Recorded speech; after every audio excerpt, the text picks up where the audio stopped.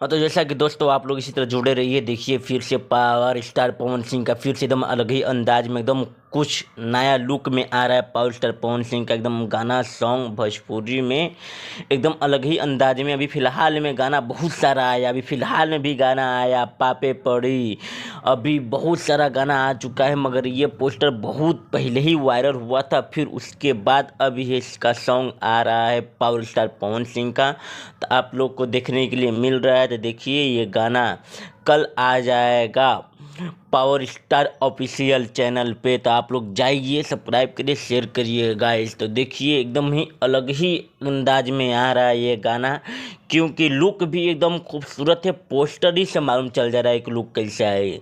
जितना इसमें बहुत महंगा बजट लगा है, उसी तरह महंगा इसका पोस्टर भी है।